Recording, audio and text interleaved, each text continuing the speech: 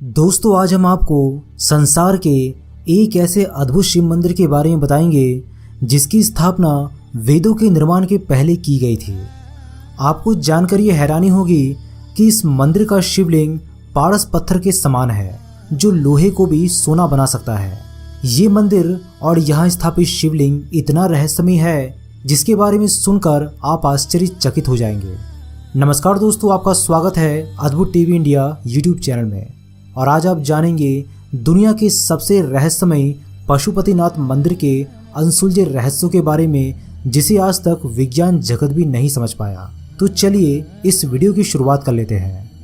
नेपाल का पशुपतिनाथ मंदिर, जिसके विषय में ये माना जाता है कि आज भी इसमें भगवान शिव की मौजूदगी है।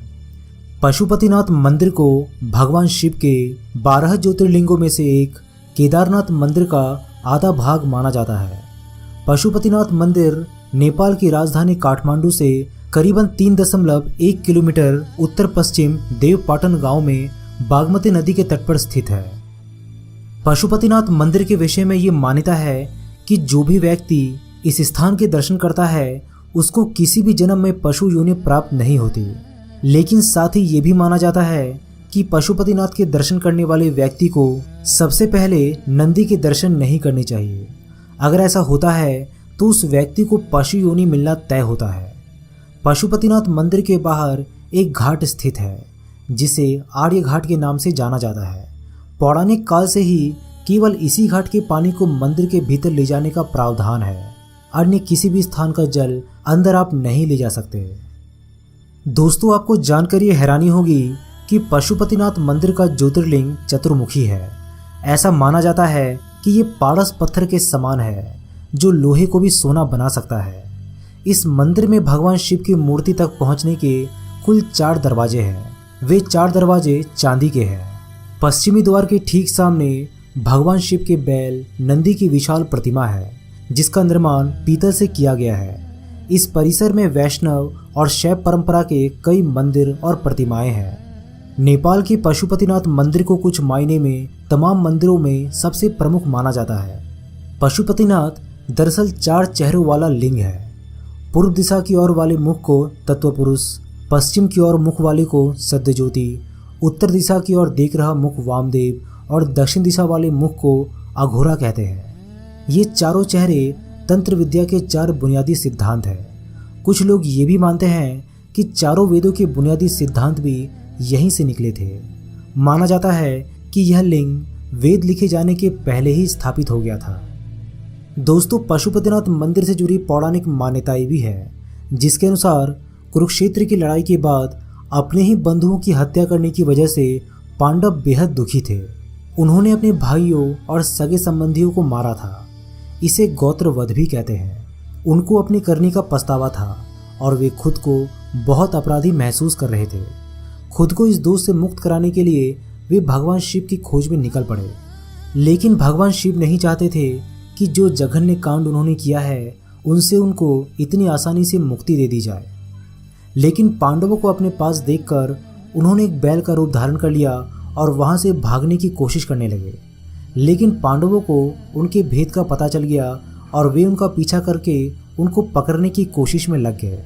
इस भागादौड़ी के दौरान शिव जमीन में लुप्त हो गए और जब वह पुनः अवतरित हुए तो उनके शरीर के टुकड़े अलग अलग जगहों पर बिखर गए।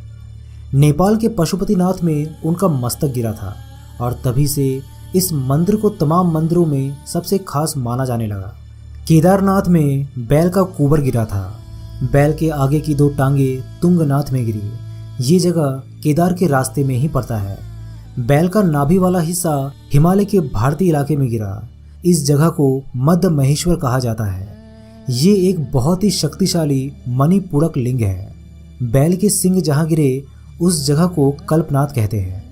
इस तरह उनके शरीर के अलग अलग टुकड़े अलग अलग जगहों पर मिले।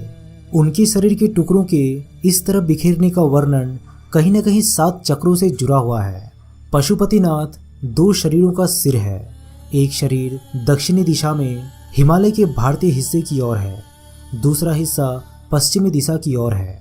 दोस्तों, पशुपतिनाथ मंदिर से करीबन 13 किलोमीटर दूर भक्तपुर है।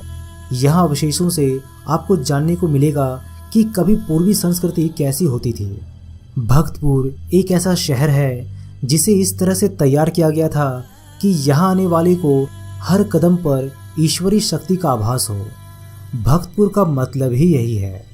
तभी तो यहाँ पर हर पड़ाव पर वास्तव में एक मंदिर है। यहाँ पानी पीने की जगह भी एक मंदिर है, साफ सफाई की जगह भी एक मंदिर है, और यहाँ तक कि बातें करने की जगह भी एक मंदिर ही है। दोस्तों, अगर आपने कभी पशुपतिनाथ मंदिर के दर्शन किए हैं तो इससे जुड़ी सभी अनुभव हमसे जरूर शेयर कीजिएगा। अगर आप जगन्नाथपुरी के 10 रहस्यों के बारे में जानना चाहते हैं